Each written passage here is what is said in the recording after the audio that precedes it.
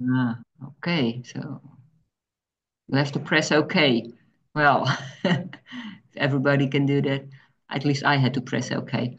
Hey, welcome to this. I don't know how many conference it is, but it's on managing health and safety risks in your mail. And we prepared this conference together with John Cook and the rest of the steering group. And we're going to talk to you about some of the issues about safety, of course, in your mill. First, we have a video recorded by John Cook.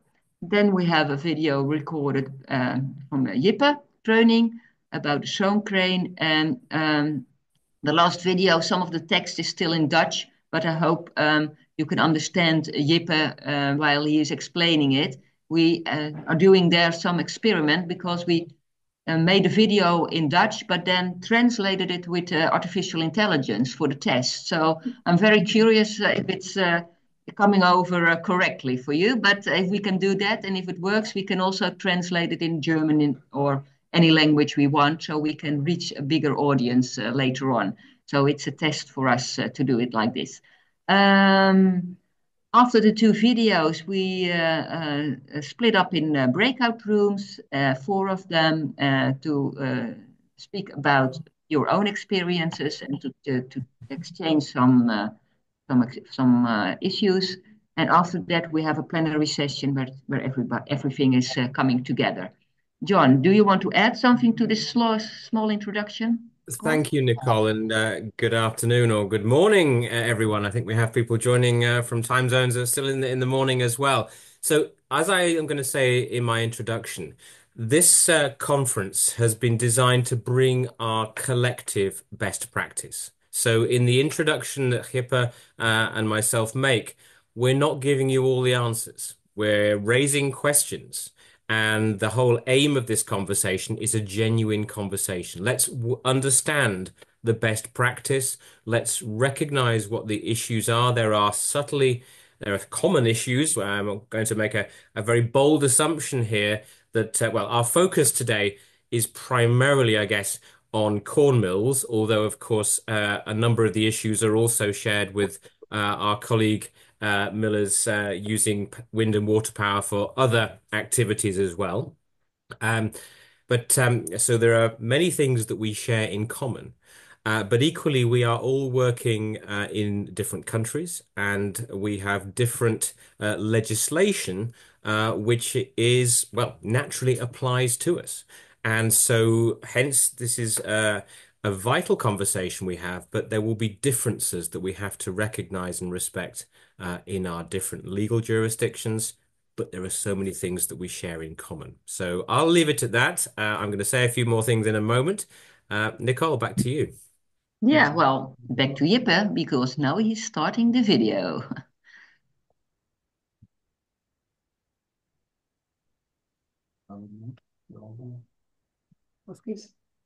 Good afternoon, everyone. I'm John Cook. I am the miller at Foster's Mill, a working windmill near Cambridge in the UK. I am a member of the Craft of the Miller steering group, and it's a real privilege to be part of the conversation today to introduce the topic for our program this afternoon. So, as you're aware, we're here to explore health, safety, managing risks in our mill. Let's think about why we're having this conversation. Well, the reality is that traditional mills are industrial machines. We use this name of heritage because, of course, we're working with historic buildings. But in reality, these are machines with large moving parts worked by people and in many cases producing products that create dust and indeed working with other substances which today are considered harmful to health. As we're all aware, sadly, people have accidents, and some of those accidents in recent history have been tragic. None of us plan to have accidents. We have risk assessments, we have procedures, we offer training to our employees and our volunteers, yet accidents still happen. Equally, of course, we're all looking to maintain our mills in a way which respects and indeed fosters or promotes the historic fabric and the cultural heritage which are part of our mills, the history and the products that we produce. We're not here to adapt them to become modern factories. So we have a huge responsibility. We need somehow to work together, to develop, to share best practice. We need to understand the legislation which applies in the rest of industry and which, of course, would be applied to our working spaces if a serious accident were to happen. If we don't have these conversations, there is a serious risk that things will go wrong. And so the point of today's conference is to explore a range of topics which come into this area of safety and managing risk. Now, I and my colleagues who are on the steering group do not have all the answers. And so this presentation now is about raising some questions. And we're going to then be breaking into smaller groups so that you can share your experience and collectively we can develop some best practice and answers and learn from each other. So what are we going to explore? Well, we're going to explore some key areas: how we manage flour dust, how we avoid fire risks in our mills, how we maintain the milling environment with good hygiene. So all of those factors are, of course, very prevalent for working flour mills. But there are some other factors we're going to explore which are relevant to many other mills. So in particular, how we lift safely. For corn mills, then we have stone cranes. But in all our other mills, we use sack hoists. We lift a range of machinery. Equally, of course, we lift millstones. So we're using lifting devices for a range of different activities. So I'm going to propose that over the course of this afternoon, these are our key topics. My colleague Jippe is going to give a presentation specifically on working with stone cranes. You will see that shortly. Our aim is to explore the best practice that exists in our mills, to learn from each other, and we're going to do that in the breakout rooms that will follow these presentations. So please make some notes, be ready to share your examples, your good practice, your concerns, and hopefully your ideas. Well, first of all, let's remind ourselves of some of the legislation which applies. Now, of course, each of our countries have different pieces of legislation. But given that a significant number of the people who are on our conference this afternoon are coming from within Europe, there are many countries which have shared legislative frameworks. So I can reel off lots of pieces of legislation: the Chemical Agents Directive, the ATEX Workplace Directive, etc. But fundamentally, these directives are designed to ensure that workplaces are safe, especially from factors like dust and other things which are dangerous to human health and can potentially cause explosions. And especially for those of us involved with corn mills, these of course are factors which we are dealing with day to day. Let's look at some of the issues in corn mills about managing flour dust.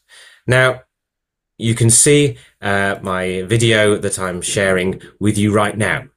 This is my own mill working away. We have our traditional flour spout, and as you can see, flour dust is going everywhere.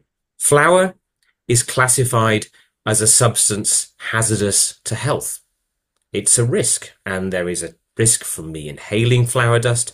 There are potential risks in terms of skin conditions, and of course people that suffer from other lung conditions, for example asthma, and also risks for people who have things like gluten intolerance. There's also a technical risk in relation to dust explosion, where very large quantities of flour dust are in the atmosphere. Now, we're going to look at the issues around flour dust in a moment, but if we're working in a flour mill, these are factors that we are having to manage. Our colleagues in the wider flour milling industry have for many years taken these factors extremely seriously. Here we have a document which was produced by the National Association of British and Irish Millers, the trade body that represents our millers. There are a range of pieces of legislation which are specific to the issues of dust in the atmosphere. Now, these are pieces of legislation which apply to our mills. And yet, when we look back in our history, there are virtually no examples where flour dust has caused explosions in traditional mills, certainly, I think, over the last 100 years. So, on the one hand, we have legislation which applies to us, and we are expected to be working with and responding to.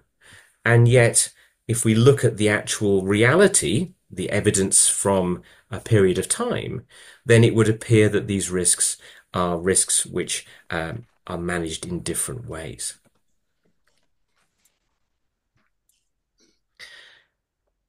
Looking specifically at the risk of flour dust, if you look at the technical data, and you can see I've put some information on the slide here, if we take what's known as the lower explosion limit, which as you can see there is 60 grams of flour dust per cubic meter of air, in a space which is 75 cubic meters, which I suggest represents certainly some of our larger corn mills, let's say the stone floor in one of our larger corn mills, you would actually need 4.5 kilos of flour to be dispersed in the air, in the atmosphere, at any one time before there would technically be enough dust to cause a risk of explosion. Now, you and I have been in traditional mills. There is a large amount of natural ventilation. There is air moving through wind and water mills all the time. And perhaps this explains why there are next to no examples of explosions in traditional mills where flour dust has been the cause of that explosion. Whereas in modern roller milling mills, there are multiple examples where flour dust has caused explosions. So we have a challenge. How do we both manage risks and also demonstrate to people who are in authority that the risk is very low? And these are issues certainly which we're now dealing with in the UK. What can we do to minimize the dust in the atmosphere? Well, of course, there are multiple things that we can do, and I just share a few examples in the slide right now. The simple thing of covering the spout, the same spout that you saw in the video a few moments ago. By putting a cloth cover over the spout, I reduce the amount of flour dust coming into the atmosphere. Here's another mill. This is a water mill, Mill Green Mill in the UK, where for a variety of reasons, they have actually installed equipment to remove air from the environment. And you can see in the video I'm about to show the elements which literally draw air. So ventilation, which sucks air, sucks the flour dust away from the working space to minimize the risk that the miller is going to ingest flour dust and to minimize the flour dust in the atmosphere. So take a look at this.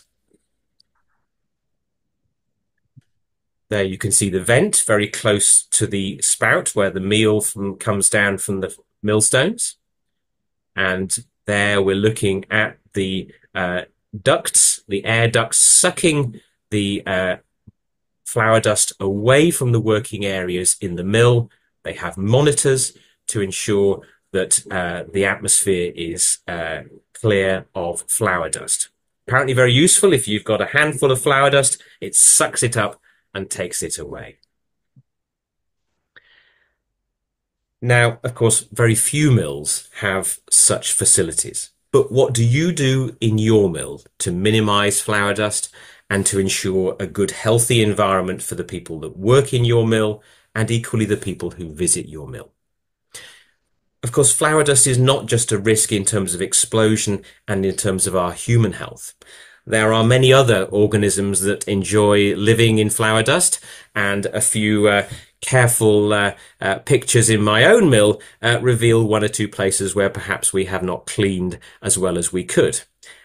What happens if you put your camera in your meal spout? It's an interesting question. I have to say the spout that you can see on the left-hand side is one that is not currently in use. But as we all know, if we don't clean, then we create spaces where flour dust sits, and especially things like mill moth will start to lay eggs, pupae, and then start to become a pest in the mill. So what do we do? What are your cleaning procedures in order that your mill is as clean as possible? Vacuum cleaning. Well, if we're going to clean, we need to have a machine to clean. And this is increasingly presenting questions because from a legislative perspective, then there is a requirement to ensure that your vacuum cleaner is going to minimize the risk of dust explosion. Is that a real risk? That is an important question. Do you use a domestic vacuum cleaner like the one in the bottom picture? Or do you invest a significant amount of money in a specialist vacuum cleaner which is built and designed to minimize the risk of explosions? These are questions that some of our mills in the UK are now asking and that we're being asked to explore and provide advice on. So what are your thoughts and experiences? Of course, hygiene is also critical, especially for those mills that are producing a product for human consumption. Now, how and where do you pack your flour? Do you create a dedicated building and a space which is purpose designed? And what are the things, the areas that you're focusing on in order to ensure that you're able to pack your product, maintaining a high level of product hygiene for your customers? How do you meet the requirements of environmental health or the council, the bodies which regulate food supply in your country? Well, at my mill, we decided to build a dedicated space because we needed more space. And so we created a space that I'm going to show you now. Now, other mills, of course, are packing flour within the traditional milling space. But what, in wherever you pack flour, do we do to cover and explore particular areas? So let's take a look. Well, first of all, let's think about the floor. How do we make sure that we have a floor which can be cleaned, which is well maintained, which avoids flour getting stuck, and therefore a space for microbes to grow? What about the walls? What can we do to ensure that there is minimal dust to fall into our packing space? Our ceiling area, how is that secure again to prevent things falling into our flour? What about our lighting to ensure that there is no risk of anything breaking and getting into the flour product? The benches that we use stainless steel benches, but of course that's not relevant for many mill environments. So these, of course, are questions that we all have to deal with. But here's an opportunity to share our best practice, what's expected of us, and how do we respond to that? You'll tell us shortly. Dust masks. Do you expect your volunteers, if you employ people, do you expect your employees to wear dust masks when they are working close to a flour meal spout when they are packing flour, for example. Here in the picture, you can see a training session that I ran a few weeks ago, and you can see that the trainees were wearing dust masks as we worked close by the flour meal spout as the flour dust was coming into our faces. But what's your best practice? What do you do in your mill? Now moving on to the final element that I'm going to explore in this introduction, which is the whole question of safety when lifting. Now, there again are multiple pieces of legislation which cover the requirements of lifting gear, and they all apply to the milling environment. Now, Jippe is going to talk about the stone crane shortly, but let's look a little bit more widely. These requirements require that equipment is suitable for the use that we are making of it. They require that equipment is regularly inspected and that maintenance, which is mandatory, is carried out. They expect that we take specific precautions when we are using the equipment to ensure the safety of volunteers or workers. And employees must ensure that the workers are adequately trained to use the equipment. So what does that look like in your mill? Well, most mills, certainly corn mills, have a sack hoist. Some, like the one you can see in the picture here, is a traditional chain, often a chain which has been there for many years. So how do you test that chain? How frequently do you test that chain to ensure that it meets the requirements, that it's safe, and that you have evidence that it meets those requirements and the relevant legislation? In a corn mill, you're going to be lifting millstones, and as I say, Jippe is going to look at that shortly. You will either have a stone crane or you will be using a chain hoist to lift your millstones, again, as you can see in the pictures.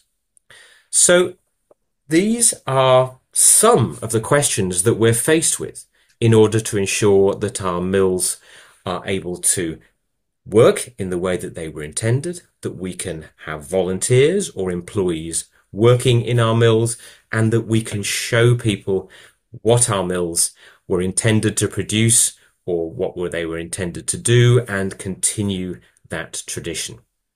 So there's a little bit of an introduction. I've raised some questions, and we're going to shortly go into our breakout rooms, and that will be a time where your facilitators will be asking you about your approach, your experience, and how we can collectively start to share best practice in these areas. Thank you.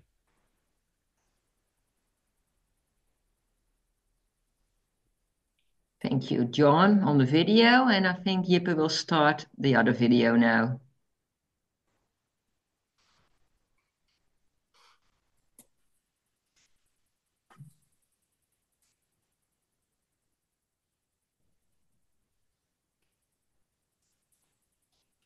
Hello everyone, I'm Jippe from the Hollands Molen, and today we're going to talk about the stone crane, specifically the safety aspects of the stone. I'm going to show some PowerPoint slides, which I will turn on now. So the topic of today is working safely with a stone crane. Let's start with what exactly a stone crane is. Many millers will know it, but let's go over it anyway. The stone crane is an essential tool for the traditional corn miller. It's used to lift the runner stones, so the top stones, to flip them for maintenance and cleaning. These tasks are quite risky.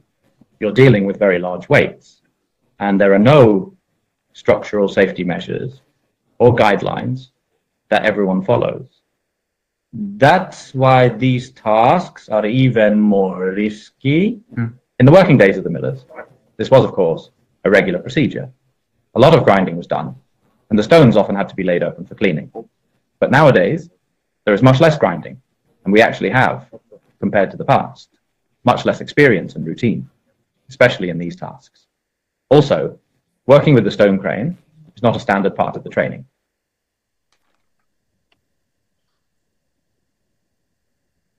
At the end of 2022, an accident occurred with a stone crane, where a millstone fell from the crane and went through several floors.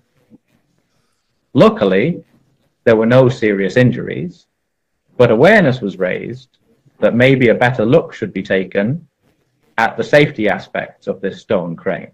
The Hollandsmolen, together with the painters of Millers and the safety study group, conducted a technical investigation into the accident. On one side, it was about how this specific accident could happen, technically speaking, with that crane.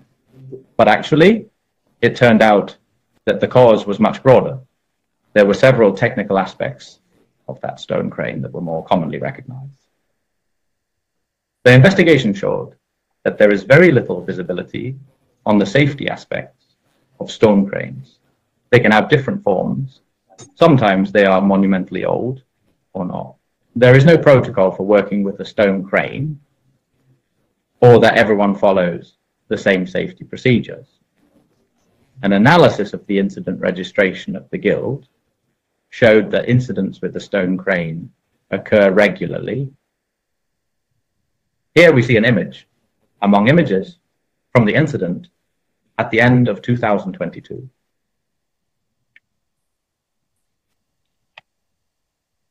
Let's quickly go over the operation of the stone crane. It's obviously a wooden structure with a brace where the stones are hung in two brackets. So the stone, it moves via a spindle nut, spinning the turnaround. This lifts the screw thread up, which lifts the stone. It's also possible to rotate the stone completely so it can be moved in the desired direction. Of course, the whole structure can also rotate on a lower and upper bearing, allowing the stone to be repositioned as needed.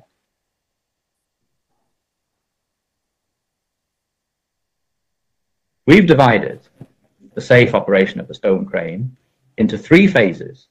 It's crucial to understand that this is a shared responsibility between the miller and the mill owner. Therefore, these three phases are truly set up as something we need to tackle together. Of course, there are specific tasks that fall more on the miller or the mill owner, but that is part of the responsibility sharing. We start with phase one of safely operating the stone crane, which includes the preparations and what we call the human sections. We've made a checklist for each phase, and we'll go through these to review them thoroughly. It's important that the miller is practiced in using it. We mentioned earlier that inexperience can lead to accidents, and routine is particularly important.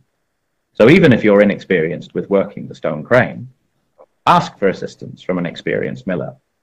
Naturally, for these kinds of operations, there must be at least 2 millers present. Additionally, it's important to have an emergency plan available. For these dangerous activities, it's really crucial. What should you do if something goes wrong? And everyone needs to be aware of what to do in such a scenario. Of course, safe clothing and shoes are so important. Think of loose clothing that could get caught. It hardly needs repeating, but safety shoes are indeed crucial. Before starting the activities, the procedure must be discussed. This means everyone present for this activity must review the entire process. There are also some points of attention that need specific following up. The entire workspace around the stone and the stone crane must be clean and free of obstacles. This is important to prevent tripping hazards, slipping, and remove any loose parts or items that don't belong there. Well, before starting, all necessary materials should be prepared. Think of hoists, shackles, stockwood, other ropes, maybe an extra hoist to move the stone spindle sideways. It depends on the situation. Well, having a charged phone is always handy, but it's really important that it, as part of the emergency plan, is within reach in case of an emergency. And we just talked about the procedure. It's important that the positions where the stone spindle and the runner will eventually lie are determined beforehand, so there's no discussion during the lifting. Preferably, lay both flat. If the stone spindle is to be hung, it must be double secured. The same goes for a standing runner, which is placed against the wall, always double secure against falling.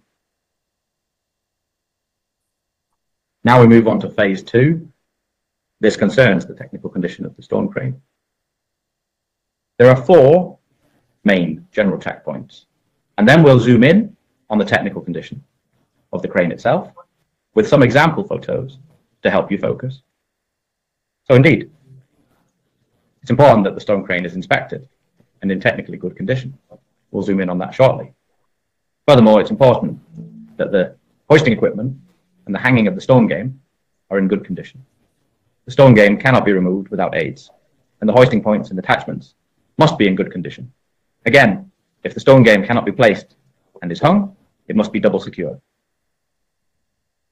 Next, it's important to check the stone crane has been altered, modified, or damaged. Some stone cranes are very old or have been adjusted. There might be a crack, especially if the crane is really old and original and belonged to the mill. There might be some damage, so it's worth considering storing this old one and making a new replica for safe use. Also, ensure that the replica is well constructed, and if you decide to use the old crane, make sure it's not weakened. You can definitely notice the weakening because all the clamps, bolts, and nuts must be tight and securely fastened. It's really crucial that they're put together strongly. Here we see the crane with actually all the checkpoints indicated around it. We're now going to quickly go over them from above, clockwise, and we've got some footage to go along with it. We'll start here at the upper bearing needs to be firmly in place and well anchored. We see in a photo here that the upper bearing is secured with 2 very small wood screws. That's definitely not enough. Another point at the top of the crane is securing the threading.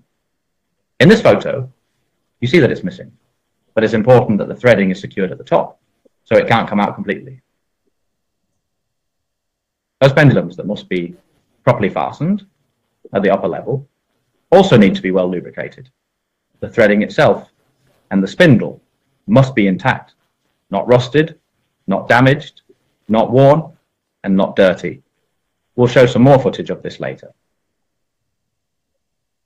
In these 2 photos, for example, we see that the threading is really worn out. And here on the right photo, you even see at the bottom left of the picture that the threading is completely coming loose. There's a crack in it. These are really dangerous situations, so it's important to be very mindful of them. Next, we see here that the threading has completely failed. So if you start turning it here, it has no grip at all anymore, and the stone will just fall down. At the bottom of the threading, you have the eyes, the brackets that ultimately hold the stones. Of course, you need to carefully check that there are no cracks in these eyes and fittings, especially if they are welded eyes. The brackets must also be the right size, and it's very important that they have a sufficient curve so the stone remains free from the brackets. Only the rings should be in contact. Where the contact with the stone actually occurs, that happens through pins. These pins must be inserted horizontally in a clean drill hole and perpendicular to the side of the stone. The pins should not fit tightly in the drill hole. There should be a bit of play. Also ensure that there is a ring between the bracket and the stone, and of course, make sure that the millstone itself has no cracks. The drill holes should be intact and not chipped on the side, because then they won't have enough grip. At the bottom of the stone, since we're now moving clockwise, we have reached the bottom of the stone crane. There's, of course, a base, which must be as firmly secured and well lubricated as the upper bearing. It must be well anchored and not worn. Also pay close attention to the floor beams on which the stone crane rests. These must naturally be strong enough. That pivot point should be cleaned and free of any dirt. The wooden part of the crane, namely the upright and the brace, must of course not be affected by wood-destroying insects or by wood rot, so check carefully for that as well. We also have a nice photo on that. Furthermore, it's important to thoroughly check all wood joints, ensuring they are tightly fitted and that the braces are also secure. Here we see a broken eyelet, which could potentially cause a stone to fall out. Some more images of thread damage. Here you see that a whole piece is missing. If you see this, you should not start using this mechanism at all. So, well, here we see more images of the wood construction. In the photo on the left, we see that the crane has been somewhat modified, with a much heavier brace initially installed that has now been replaced by a much smaller and lighter one. Alarm bells should go off, as this construction has been seriously weakened compared to its original design. In the right photo, we can see that the parts of the crane are completely deformed and therefore really seriously weakened. Then we move on to phase 3, because we have now completed the preparations. Now the actual work is going to start. There are 3 important checkpoints again here. First, the mill must obviously be stopped and secured. It needs to be firmly fixed. This prevents the miller's attention from being divided, focusing on the weather instead of on the work at hand. Additionally, the work area under the hoisting area of the stone crane should be cordoned off. During such dangerous tasks, nobody who has no business being there should be present. So make sure, for example, the mill shop is closed, the mill itself is closed for visitors, and indeed, if the milling floor is not on the ground floor, it is even more important. The rest of the mill must be empty as well. When loosening the stone spindle at one eye, pay attention to the movement right after it comes loose, as it can suddenly swing to one side. Next, when laying down the stone spindle, ensure there is a plank under the claw iron. Further, during all turning operations, for instance, when turning the crane, only pushing should be done. If you pull on it, if the crane becomes unsteady, you might pull it over yourself. The same applies when turning the stone. Only lift, never push. Never get under the stone, not even with hands or feet. Stay away and always stand next to the stone crane, not in front or behind it, because if it falls out of balance, it will always go towards the stone, not to the side. When turning up, also use the nut. Avoid turning the stone with a locked nut and prevent the runner from hitting hard on the body while winding up. Use stop blocks for that. Why are all these points important? I emphasize it once again. This is really a shared responsibility of the mill owner and the miller. And it is crucial that these traditional works can continue as safely as possible. It is in our best interest if we can reduce accidents as much as possible so that safe working gets the attention it deserves, allowing us to continue doing these traditional tasks ourselves. It's truly part of the craft of milling, including the safety measures. This is ultimately the goal of this infographic and the research, of course, to optimally manage these risks so we can all continue this work for a long time. Thank you very much, and work safely with needles. Okay, thank you, Jippe, also for your presentation. I can assure you in real life his English is a bit better, but this was the AI. But it's good to test. Well, we'll talk about that later. Jippe will divide us in breakout rooms now, so we just need a bit of time. And John, are we going to do the breakout rooms until 5:10? Is that an idea? Yes, so if we have the breakout rooms until 5:10, so that is a half an hour, then we can come back together. Your facilitators will be drawing together the discussion, and then, as Nicole said at the beginning of our session, we will then be able to share that back with everyone, looking at these key areas of how we manage flour dust, how we maintain a clean environment, how we are able to work effectively and safely with lifting equipment. Great. Okay, so now we wait until we are in the breakout room. So see everyone shortly.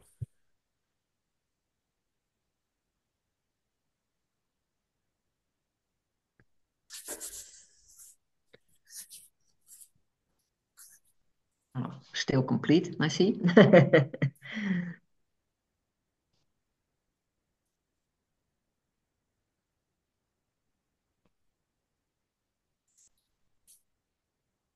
Once you see a link, click it and you'll follow yourself to your breakout room.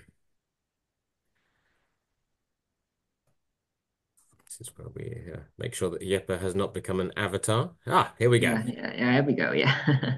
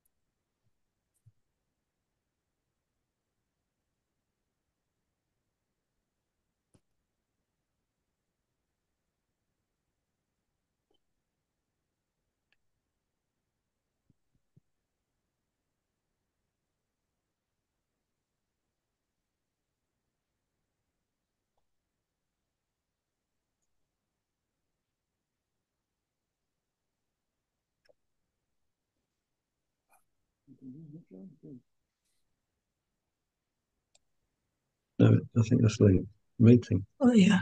Yeah, I think you have to.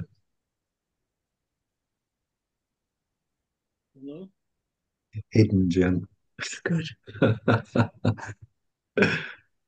Alan Gifford. Obviously, the guy who Rosie Hunt, Holgate Windmill. Oh, well, Yeah, I confirm your speaking language. your speaking language. Same. Might have switched to a different language, please, that day. So.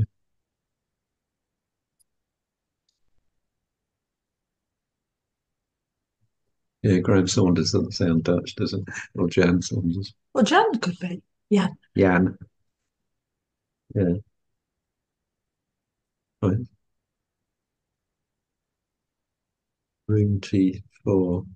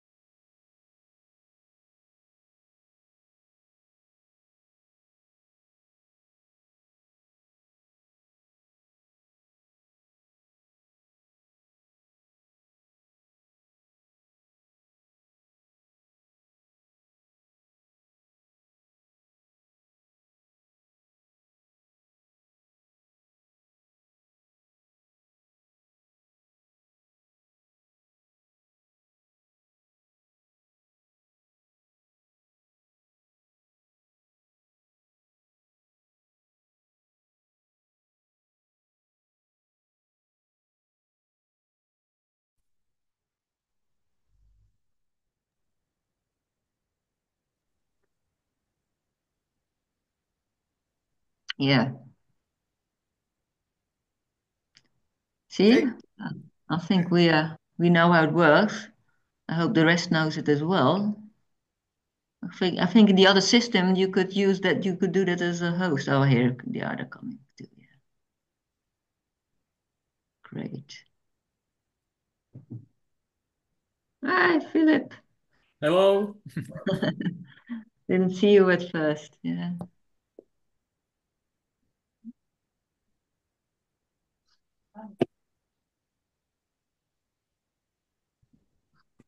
Oh,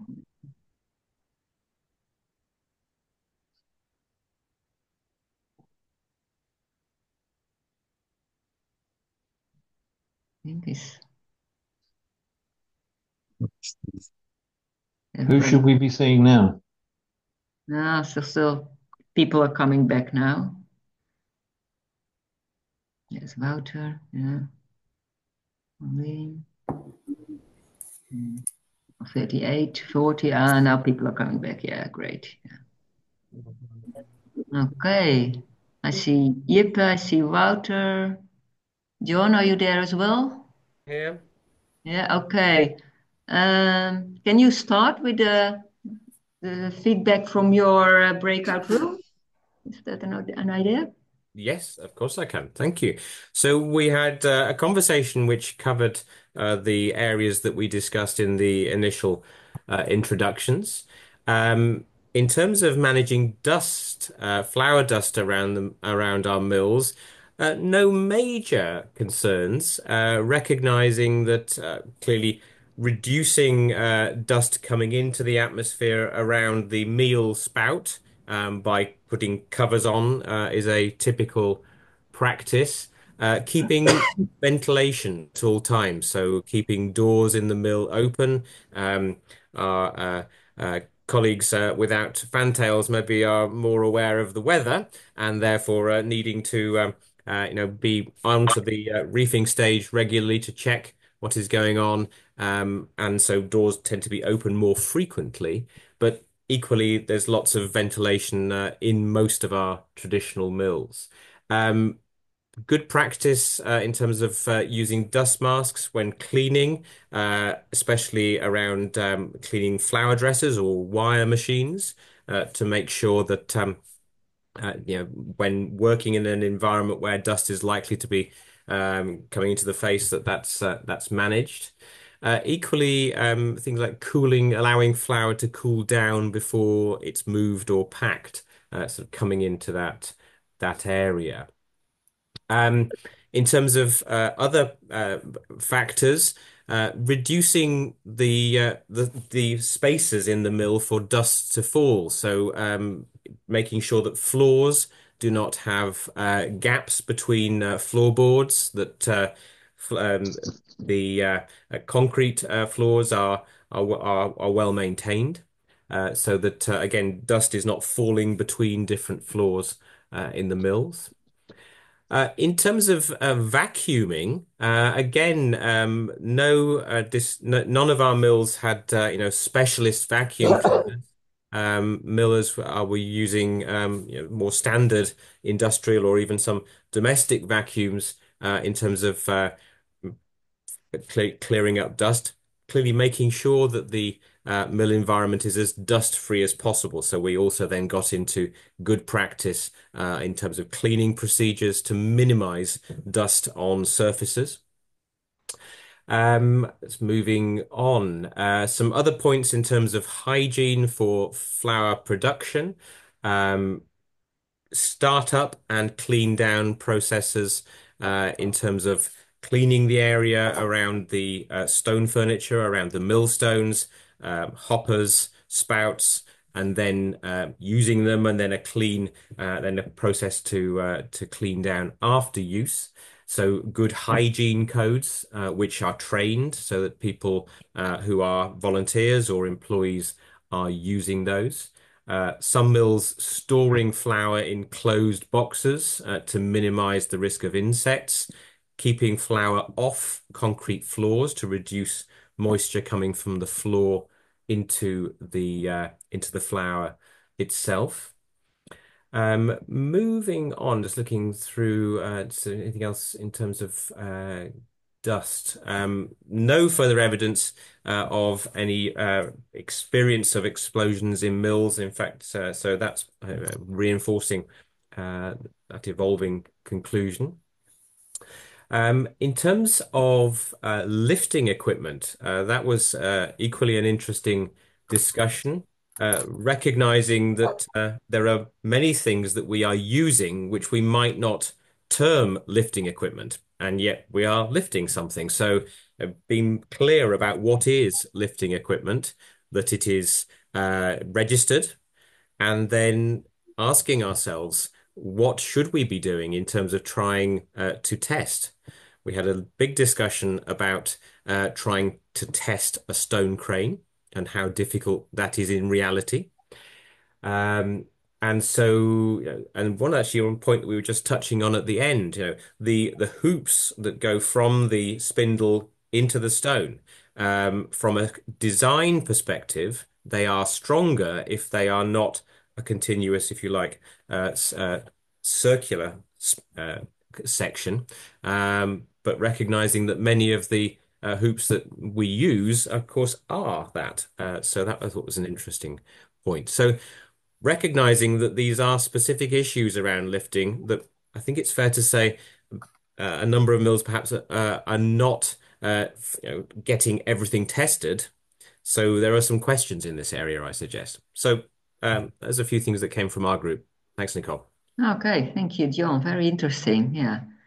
Moving on to Wouter, what are the results or the issues in your breakout room, your group?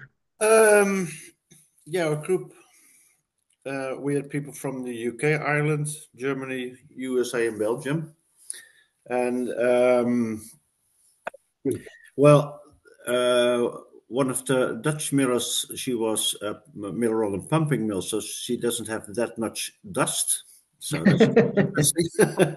But she has to clean up as well. But no, about the dust in the mill, just in general, most of the mills do grind, but not that much, or not really on a daily basis, a couple of tons. But if they do grind, they open the windows and the doors, so there's enough ventilation. And one of the mills used an air quality monitor just to see if there is not too much dust in the area.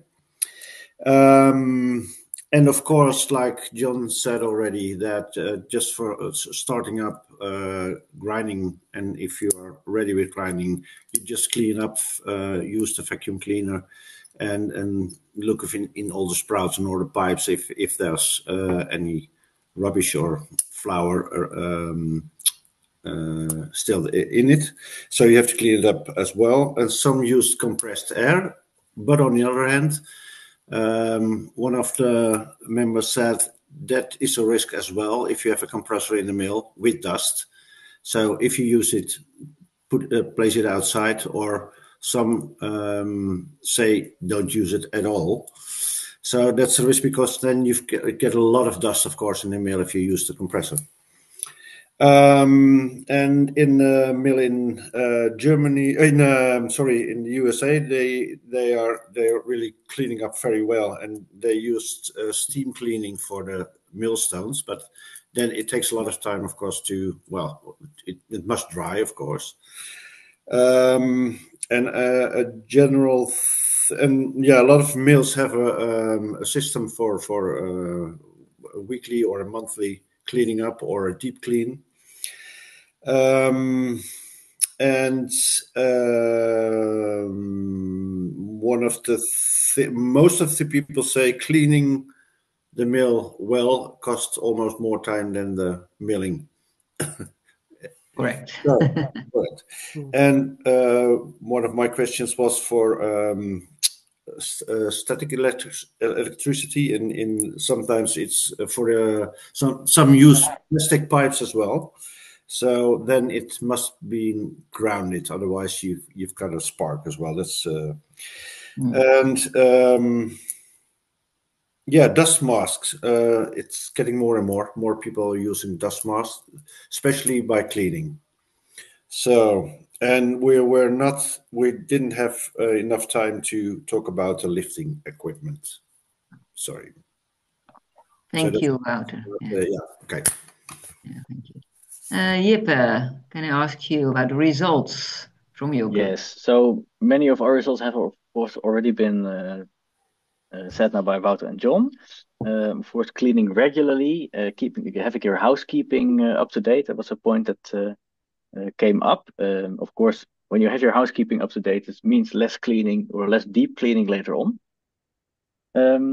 Of course, ventilation, having an aspirator. So that's the machine that with the pipes that suck air in. Also can reduce greatly the amount of dust in the mill. For some reason, we talked quite a bit about different kind of animals that occur in the mill. So we had one of my group members had a fly infestation that they were very difficult to get rid of, and also birds. Oh, Funnily enough, the only time respirator or a mask was used was only when they were cleaning up the pigeon droppings, which I found quite amusing. Um, um, Aileen, our Irish miller in Germany, she had a really interesting tip for us all because this is kind of a biological pest control. She uses a type of parasitic wasp, a trichogramma wasp. I'll put the name of the type of wasp in the chat. And these are really tiny wasps that are a parasite on the eggs of the meal moths. So this is well, I've never heard of it, so that was quite an interesting biological pest control that came up in our discussion. okay. Also about lifting equipment, we had a nice conversation. We also came to the conclusion that a really big part of working safely with lifting equipment is also a social aspect. So there was an example shared with a situation where there was a really enthusiastic group member who, when you say something, let's do this, he immediately goes and do it. So that might be a nice subject for some further conferences or a nice topic to talk a bit further with more of the social aspect of the safety. I think that Eline has already shared the WASP link in the. Yeah, I see it in the chat. Yeah, Thank yeah. you. Okay, thank you, Jippe. Well, in the group I was in, we said, well, there's a difference, of course, between the professional working millers and the more like myself, volunteer working millers who don't mill a lot or don't produce flour a lot. So it's a difference in how you use, for example, your masks. Yeah, it's we noticed that. Sally just said they work very professional. They're just starting and doing it very consciously. They have a lot of checklists on things, how to do things. So that's sounded very good. And they even bought a very professional vacuum cleaner because at first they used a more household one, but it was it did give sparks in the mill. So they thought, well, that's not a good idea. So that's a very good step, I think, to take then. On my own mill, we put a vacuum cleaner outside and have a very long hose, so we don't have the sparks if they are there, or even the dust which comes out of a more cheaper vacuum cleaner that it is outside. One of the other things we discussed that a lot of mills in our group don't have a stone crane, so they use very other ways to lift the stone, and that goes with well, how do you call it, a capstander? I don't know the English word for that, but or other ways of moving the stones. And well, we thought it would be a very good idea also to have a checklist or an instruction how to do that in a safe way, other than the stone using of a stone crane. And there was one person, Rick, who asked, "Is there a design or a way of maybe we must build one?" And but I don't know what is the way how you do it in the UK. So that's another issue. It's a capstone. Oh, thank you, thank you. Yeah. Okay. We also had a small remark on the static electricity. I think it was in the chat earlier on as well. And Willem said from instead of using PVC lines, we use steel ones so we can earth them. So that's I didn't realize the danger in those things, which of course exists as well. So that was, I think, interesting. And there was one question about our knowledge platform we are going to produce, and it would be great, of course, that if you do this kind of activities in your mill, and if it can be done safely, make a video so we can share it among each other. So that was a last remark and maybe a good idea for the future to think about that. I think that's about my breakout room. Yeah. This is really helpful and interesting to be able to share these experiences amongst such a large group of colleagues. And I think, one of the things that's striking me as we listen is that there are clearly different practices. There are obviously, different mills milling different amounts of flour. One of the positives, I think, which has come out of COVID is that we are all perhaps more comfortable using dust masks. Yeah. That's certainly an observation in my own mill. And recognizing that flour is a substance which is hazardous to health. Um, and we don't know what the effects are personally, often for many years after. And so we may be quite happily milling away in our 20s, 30s, 40s, and we get to our 60s and 70s, and we then start to have some kind of lung problems. And we have a knock at the door, and one of our volunteers who has retired 15 years ago comes in and says, I now have problems with my lungs, and I'm told it's due to flour dust. Mm. This does happen, and this has been the case, a few examples, certainly in the UK. How would we respond? Mhm. So there is a clear message, I think, in terms of that we think these things through. We work together as our mill community to explore what the risks could be. We don't Mhm. go, we maintain a reasonable approach. Otherwise, perhaps we just shut the mill. But we maintain a reasonable approach and we John, then work can I together. ask, We listen from can each I other. ask what standard of mask you normally use? Is it the very basic one, or is it the one, the COVID resistant type that you would specify? So I think this is Because a obviously they, European. Yeah. This is a European standard, typically an FFP3, which is a fine dust particle mask. Mhm. That, from the specialists I have spoken to, is recommended to minimize the inhalation of flour dust. Okay. Thank you. FFP3.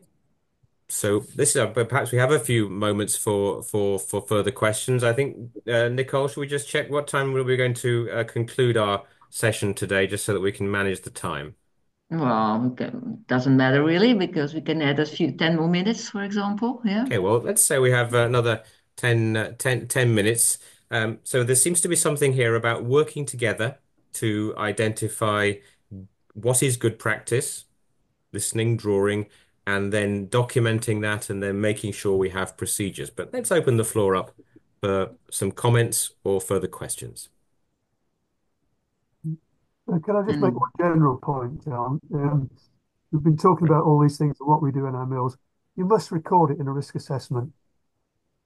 That helps no end. If you do get an investigation by the HSE or by any official body, the fact that you've considered the risks and you've done what you thought was best is a much better approach than not doing anything or even doing things without recording them. It makes such a difference. That's what they'll look for.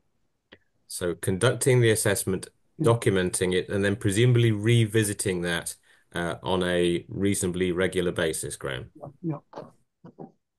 Thank you. Really sage words there from Graham, who has worked very carefully with his colleagues at his mill to develop processes and procedures. In the Netherlands, of course, made by the Hollandse Molen, for example, and other groups, there are directives for risk assessment and hazard analysis and critical control points.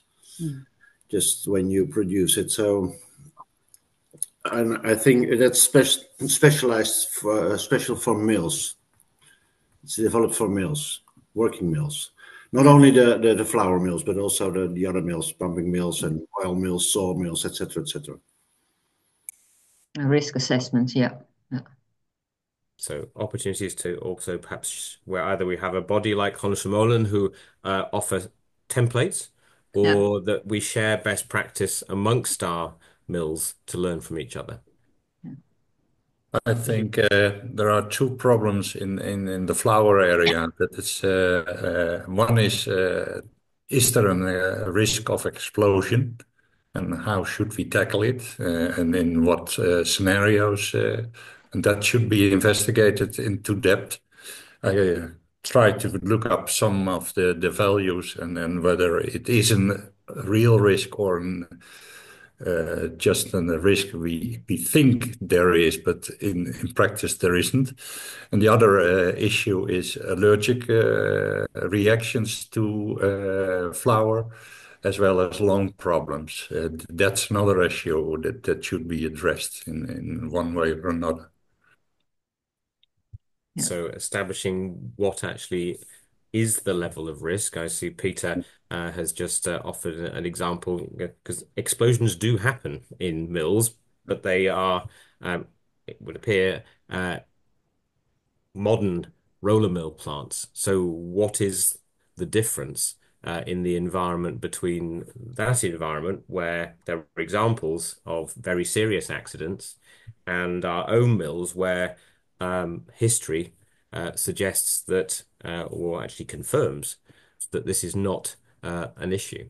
And I can see some colleagues are on the call today who I think are having to have conversations with the owners of their mills to convince them that this isn't an issue. So this is a live topic. Hence why we wanted to ask the question. We have to find proof for that on the explosion side, and we have to address the things about allergicness and lung problems one way or another, using bakery information and industrial flour mill information in the industry. There is a lot of information at the universities available on that issue. Yeah, really helpful points, Reen. Yeah, thank you. Yeah. Thank you. Any other observations, questions, comments? A few more minutes. If you have spoken a couple of times on a lot of issues on the flour dust. The dust itself and the amount of dust in the environment has to be above the lower explosion limit, the LEL value they use in all kinds of hazardous environments. That's I right. worked in feed mills for a lot of time, and we had to be sure using all kinds of protections and also measurements in the amount of dust in the building itself and in certain areas of the building where it was a buildup. Also, explosion hatches and other stuff were in the installations when something went wrong, to be capable of reducing the pressure inside the building and the insulation safely. In a normal working windmill with a couple of doors open, you will never reach a value, a LEL value, which can cause an explosion. It's a misunderstanding a lot of people have. The other thing I already mentioned in the chat also, the stuff everybody is using, household vacuum cleaners inside mills. Be careful with that. You will build up an awful amount of static electricity and a possible shock hazard and even fall risk using them. Extension hoses, PVC pipes, anything. Please don't use it. Buy a proper vacuum cleaner. Great, Peter. Thank you Peter. for the warning. Yeah. I'm just wondering if we can have a brief discussion about lifting runner stones. Would we in our breakout group, I spoke about problems that we have in our mill. It's a post mill. The sprattle beam sits directly above the centre of the stone, so to hold the bearing for the quant. So it's very difficult for us to get anything above the centre of gravity of the stone. And what we do is jack it up, get some large wooden beams underneath, and slide the stone away from the rudder stone, away from the bedstone before we can lift it. And I just wondered if there's any other mills with a similar situation and whether they've got good ways of getting around it. So I think this is a post mill, Nick. Is that correct? Yeah, it's a post mill. Yeah. So this was also came up in our breakout group. I'm just wondering actually if this is a topic maybe that we encourage some post millers to come together to discuss, as it's quite, I think, a specific issue for given the restriction in space which is available. Maybe Nick, if we just recognise this as a question and see if we can sort of bring together a bit of a special interest question or group to explore. Yeah, it's the same problem with post mills in the Netherlands, so that's I think in Germany as well. And perhaps we could ask Jippa just to check is there any sort of shared best practice amongst our colleagues that we might be able to share collectively on this topic. Well, I've been involved with mills for close on 40 years now, and I'm not aware of any explosions in mills at all. Has anyone? We all hear about this dreaded explosion, but I've never had no record of saying. Has anyone knowing of an explosion in the traditional mill? No, this conversation has further evidence that it does not appear, thankfully, that there have been any. But as our contributor has just highlighted, Peter has just highlighted, there are very clearly there's technical data on what concentration of dust needs to be in the atmosphere before there is a risk of explosion. The reality of most milling environments, traditional milling environments, means it's virtually impossible to hit that. But there are, by the sounds of it, some risks we need to be mindful of, especially in things like vacuum cleaners. Again, I'm going to suggest that we might just tap in with Peter just to see if he can invite us, provide a bit more information that we can then share out on these kind of topics. And that's precisely why we wanted to have this conversation. And indeed, if there are things, as I'm sure there will be, that we've not talked about today that you would like to discuss, then please let us know. This is what we can do to develop these kinds of conferences. There's probably space in our schedule for at least once a year to have something which is focused on how we manage risks, a vital topic for us all in our traditional mills. Nicole. Yeah, thank you. Thank you a lot, John. Well, I think it was a very good conference this time, and I thank you all for contributing.